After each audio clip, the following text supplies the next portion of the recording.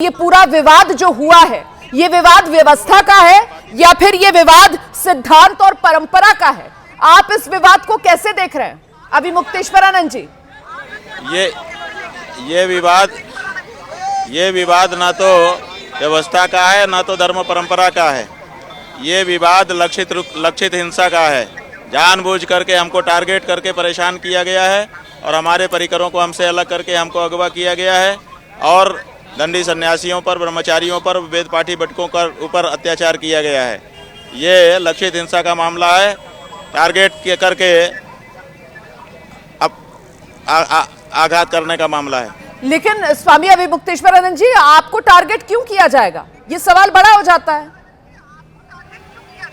क्योंकि हम गौ माता की रक्षा की बात कर रहे हैं। भारतीय जनता पार्टी की सरकार जो केंद्र में है और जो राज्यों में है, वो गौ रक्षा नहीं करना चाहती, गौ हत्या बंदी का कानून नहीं बनाना चाहती है और हम उसकी प्रबलता से मांग करते चले जा रहे हैं। जनता हमारे साथ होती जा रही है। जनता के हृदय में ये भावना है कि गौ माता की हत्या बंद हो, लेकिन सरकारें करना नहीं चाहती हैं। इसीलिए हमारे ऊपर ये लक्षित करके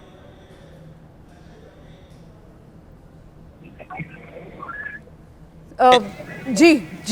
तो क्या आप सीधे उत्तर प्रदेश के मुख्यमंत्री योगी आदित्यनाथ को कटघरे में खड़ा कर रहे हैं और आप कह रहे हैं कि ये राजनीतिक हस्तक्षेप की वजह से आपको टारगेट किया जा रहा है?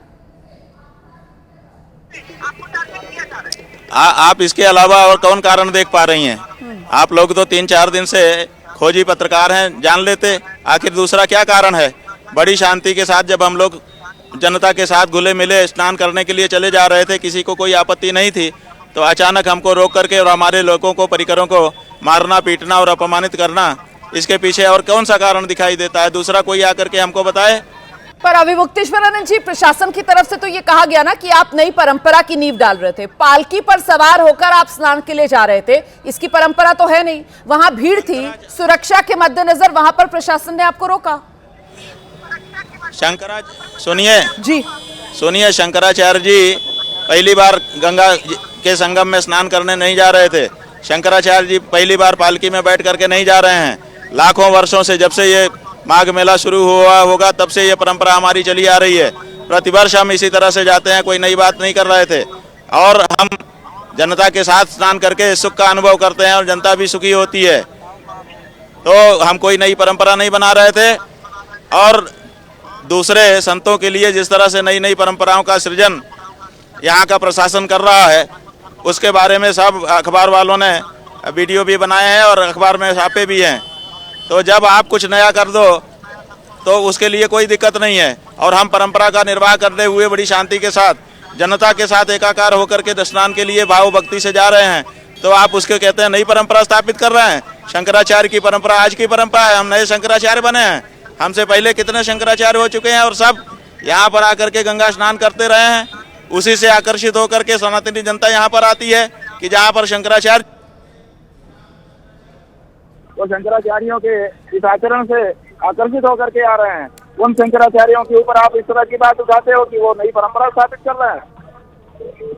तो मतलब प्रशासन आपके हिसाब से झूठ बोल रहा है। प्रशासन की तरफ से तो ये कहा गया कि पालकी में सवार होकर स्नान की तो कोई परंपरा ही नहीं है और साथ ही जगत गुरु रामभद्राचार्य का भी बयान अभी हमने दर्शकों को सुनाया, वो भी नसीहत देते हुए सुनाई पड़े कि साहब पालकी में सवार होकर स्नान करने की कोई परंपरा नहीं है। मेरा सवाल ये कि संत समाज के भीतर भी आप अलग थलग पढ़ते हुए क्यों नजर आ रहे हैं स्वामी अभी मुक्तेश्वरानंद जी? देखिए गौ माता की रक्षा की बात रामभद्राचार्य जी उठा रहे हैं। आप बताइए, अलग थलग तो हम हैं, वो और हम अलग हैं। हम तो गौ माता की रक्षा की बात उठा रहे हैं, वो क्यों नहीं उठा रहे हैं? हम तो कह रहे हैं कि गौ माता की रक्षा, गौ हत्या बंद हो, वो उसी तेजी से क्यों नहीं कह पा रहे हैं? इसका मतलब उनमें और हमें फर्क है। उनके साथ हमारी तुलना क्यों कर रही हैं आप?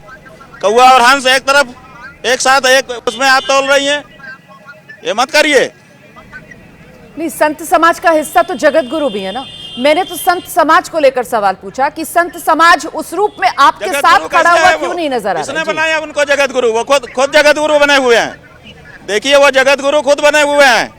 उनकी कोई परंपरा जगत गुरु की नहीं है। उनके पहले उनका कौन गुरु जगत गुरु था बताइए, जिसकी गद्दी उन्होंने स्वीकार की है? आप लोगों ने, आपकी मीडिया ने उनको जगत गुरु बनाया हुआ है। वो तो तुलसी पीठ से जुड़े हुए हैं। मेरा सवाल ये कि क्या ये त्रासदी नहीं है सनातन के लिए कि एक तरफ आप हैं? तुलसी पीठ उन्होंने खुद बनाया है। तुलसी पीठ उन्होंने खुद बनाया हुआ है, खुद बना करके खुद गद्दी पे बैठे हुए हैं। इसके पहले कौन उनके यहाँ जगत गुरु रामानंदाचार्य था जिसकी गद्दी पे वो बैठे हैं? पूछिए ना उनसे। ठीक है, इसी से जुड़ा मेरा सवाल ये है कि क्या ये सनातन के लिए त्रासदी नहीं है कि देखिए आप जो हैं वो जगत गुरु को लेकर प्रश्न उठा रहे हैं कि इनको जगत गुरु किसने बना दिया, और वहां जो प्रयागराज में मेला प्राधिकरण है वो आपसे सवाल पूछ रहा है, वो आपसे सवाल पूछ रहा है कि आप शंकराचार्य हैं या नहीं। वो असली नकली शंकराचार्य को लेकर आपसे सवाल पूछ रहे हैं स्वामी अभिमुक्तेश्वरानंद जी। अरे भाई, असली नकली शंकराचार्य की क्या बात है? गंगा स्नान करने का अधिकार सबको है, हर हिंदू को है, और हर हिंदू को आदर सम्मान के साथ स्नान करने का अधिकार है। आप किसी का रास्ता नहीं रोक सकते और किसी का अपमान नहीं कर सकते। एक सनातनी हिंदू चाहे वो किसी घर से आया हो, उसको आदर सम्मान के साथ देव जनुज नर किन्नर श्रेणी सादर मज्जही शब्द लिखा हुआ है। आदर के साथ स्नान करने का नियम है। सब अपने अपने सम्मान के अनुसार स्नान यहाँ पर करते हैं। लेकिन स्वामी अभिमुक्तेश्वरानंद जी, आदर और सम्मान आप बिल्कुल सही कह रहे हैं, सबके लिए जरूरी है, लेकिन साथ ही साथ जो सामने दूसरा व्यक्ति पहुंचा हुआ है स्नान करने के लिए, उसका भी तो अधिकार देखना पड़ेगा ना, उसका भी आदर और सम्मान जरूरी है। प्रशासन यही तो कह रहा है कि भीड़ इतनी ज्यादा थी वहां पर, अगर आपको पालकी के साथ जाने की इजाजत दे दी जाती तो भगदड़ मच सकती थी। जी सुनिए जी, देखिए बात यह है कि भगदड़ का किसी एक जनता ने अगर कहा हो कि शंकराचार्य जी के कारण हमको असुविधा हुई तो उसका बयान दिखाइए।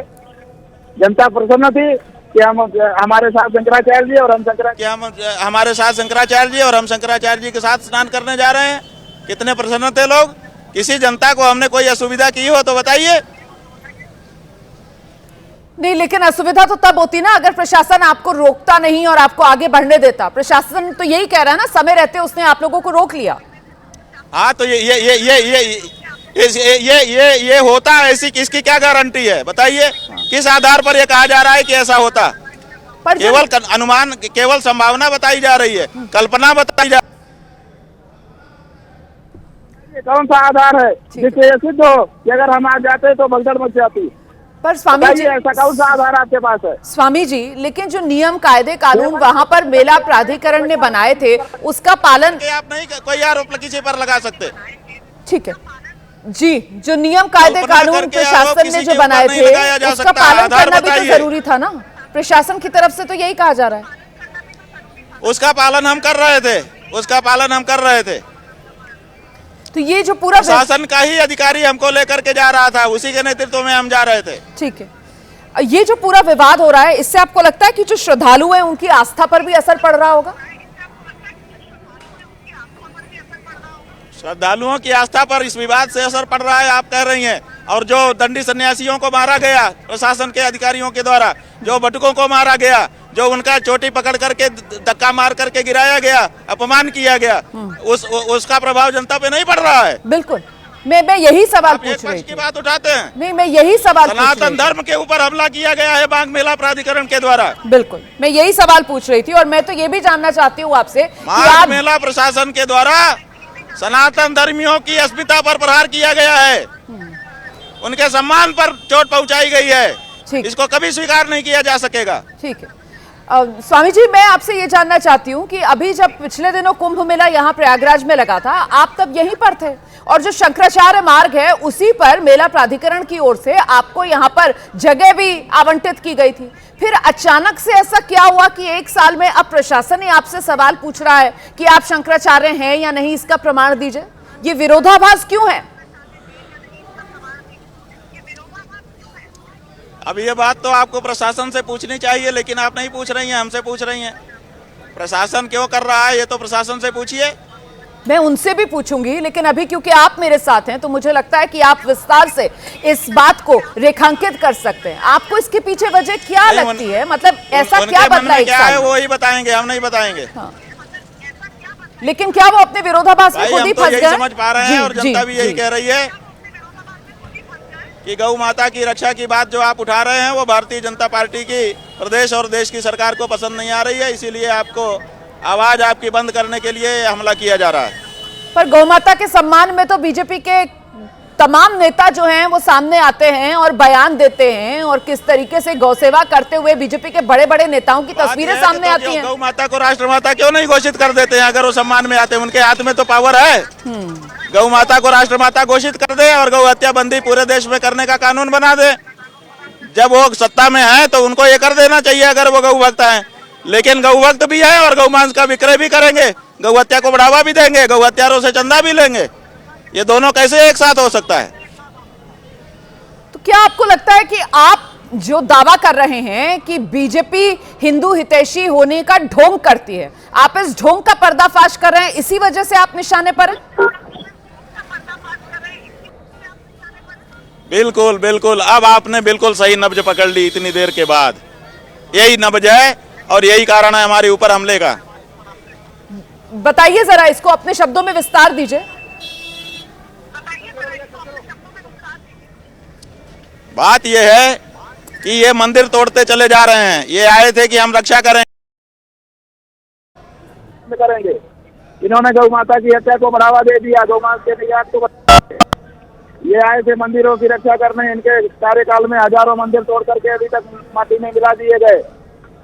ये आए थे संतों का सम्मान सुरक्षित करने। इन्होंने संतों को जगह जगह पर प्रताड़ित किया।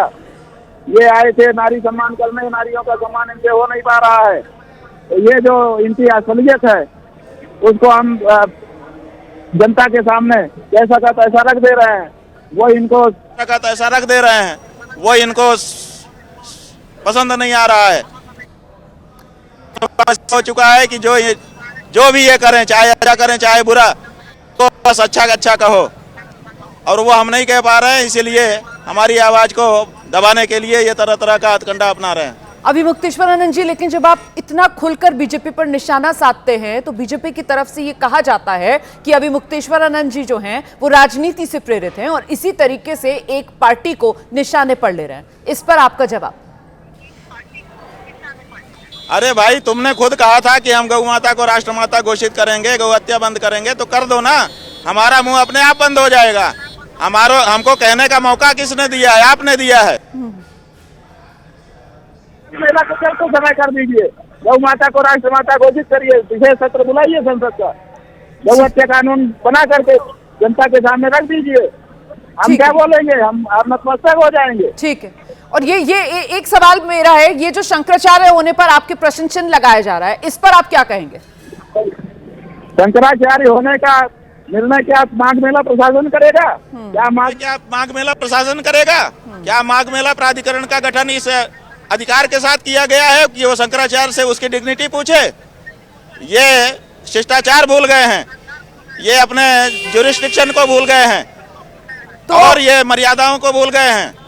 तो स्वामी जी सम्मानजनक समाधान क्या हो सकता है इस पूरे विवाद का? सम्मानजनक समाधान करता है ये कोई सरकार तय नहीं करती है कि कौन शंकराचार्य है कौन शंकराचार्य नहीं है। ठीक है स्वामी जी, सम्मानजनक समाधान क्या होगा? क्योंकि हम में से किसी को अच्छा नहीं लग रहा है आप इस तरीके से अपनी शिविर से बाहर बैठे हुए हैं। अरे भाई